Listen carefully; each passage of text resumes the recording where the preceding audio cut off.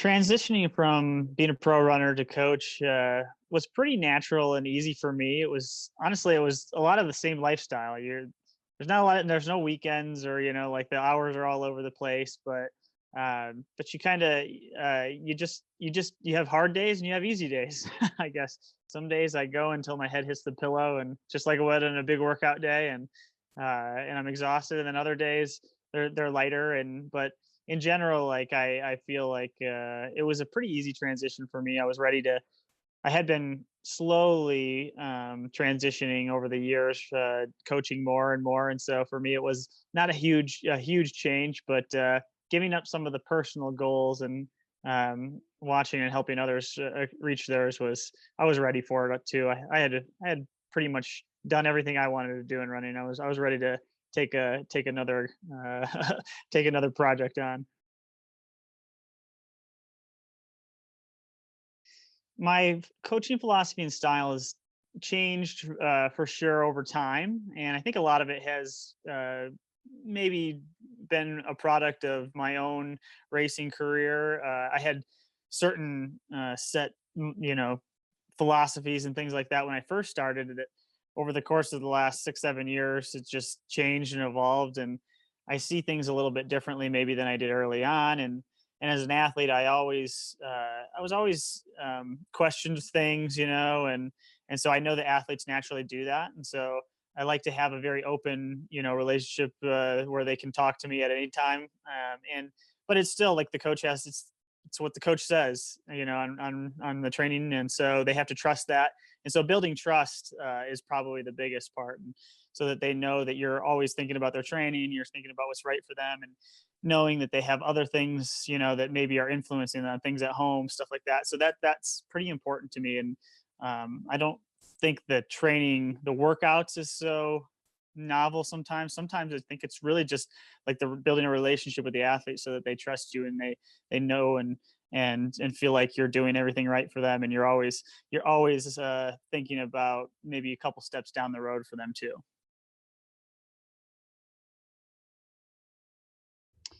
The athletes don't have a lot of autonomy in the training that we do. Uh, we have we have a lot of discussions, and it's not a complete dictatorship. But I lay out their training for them every day. Like they know exactly what they're going to do.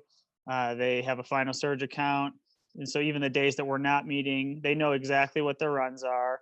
And I do let them run. They run on feel. Like we meet 5 or 6 days a week as a team, workout days, long run days, and then we do meet for gym work. And so they'll run easy, but if they're if they're feeling tired, they don't run. They don't have to run Joe Klecker pace. Joe Klecker will run hard every day, and Jordy Beamish will run easy every day. And so we take a good balance, and I like them to be able to hit specific workouts. But we have a small enough team too, with 8 people, that I can really focus on each one of them. I know how each one of them feels every day, and so we adapt things based on how they feel. But I give them instruction every day on what to run, and they're starting to get to the point now after almost a year that they I think they're starting to know what I might prescribe a lot of the time, but they still ask if I forgot to put something up or it was deleted or something like that. They'll still ask me, and 5 6 days a week we still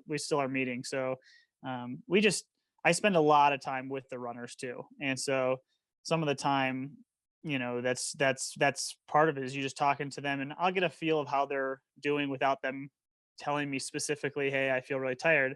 I can just get a vibe and feel from that, and I think that's one of the advantages we have as a team. And part of the reason we're doing really well and feeling really healthy is I spend a lot of time with them. I mean, we go to the gym, our gym that we have at Rural Recovery.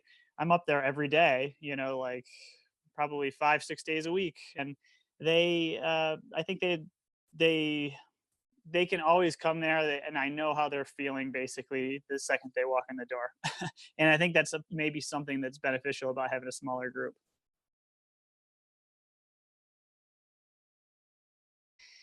Yeah, okay. Well, so training for me used to be 100 plus miles a week, and I doubled 5 days a week, things like that.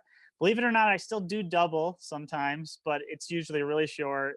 it's maybe running one run with my kid, or this afternoon, the team's doing a workout, and everybody who's racing Mount Sac has a easier workout, and Alicia Monson is going to have a hard workout because she doesn't race until the Sound meet the next weekend. So I've prepared myself for the fact that I might have to jump in and help her out in the second half of the workout. So I did like a shakeout run this morning, but I run about 40 to 50 miles a week, and I feel really fresh all the time when I run, but I don't ever work out.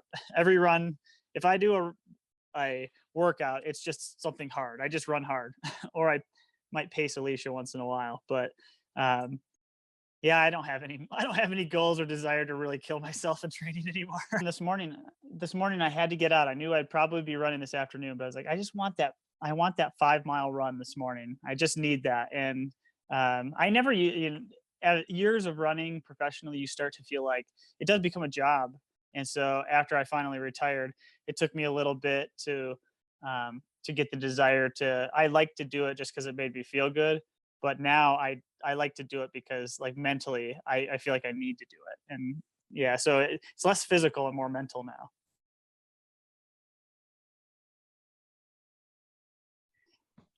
Joe is the only person in the altitude tent. Boulder anyway. We did utilize them when we went to Arizona for our training camp, but we do regular blood work on everybody. We use Inside Tracker, and we just did a test again actually, and it's been really good for us. They come right to us, and we can kind of see. This is the first year, other than Joe, this is the first year everybody's lived in up at altitude, and so we're trying to kind of make sure we get that, the right balance for everybody. Joe's been living here for years, and he wasn't seeing any benefits from altitude anymore. And even before the meet in December, he ran a 10K there, and he ran great, but he invested in he got an Airbnb up in the mountains at like 8,700 feet. And we did a test from Inside Tracker before and after, and no change between 5,000 feet and up there. And so he's been Joe will do anything. Joe will literally, if I told him to run 300 miles a week, he would. And so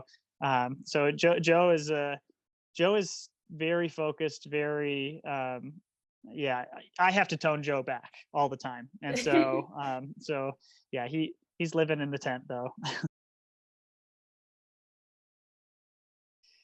Well, we've had great momentum so far. We've really, this is our first year, and we've had some pretty amazing results. I'm just kind of blown away how good they're running, and they don't surprise me because I feel like I know what they're going to run, but they step out every time, and if they know they run what I think they can run, and that's pretty awesome to see. I tell them what I think they can run, and they go and they do it. And so their confidence is getting, greater all the time. And so, we're coming into the summer months now, and this is the Olympic season coming up. So we're going to try to get some people on the teams, and I think we have pretty much almost everybody on our team, I think, has a shot to make their Olympic team. We have 4 international runners, 4 U.S. runners, but they're running really well right now. It's going to be super high stress time over the next couple of months, but this is what we've been preparing for, and we've had great training and great racing. So we're going in pretty confident, and I know that they're very focused, and focus is what matters to get on Olympic teams. And so these races over the next month or so, when they have their trials, if they're U.S. runners, or leading into the summer for the internationals, they're gonna need everything they can get. So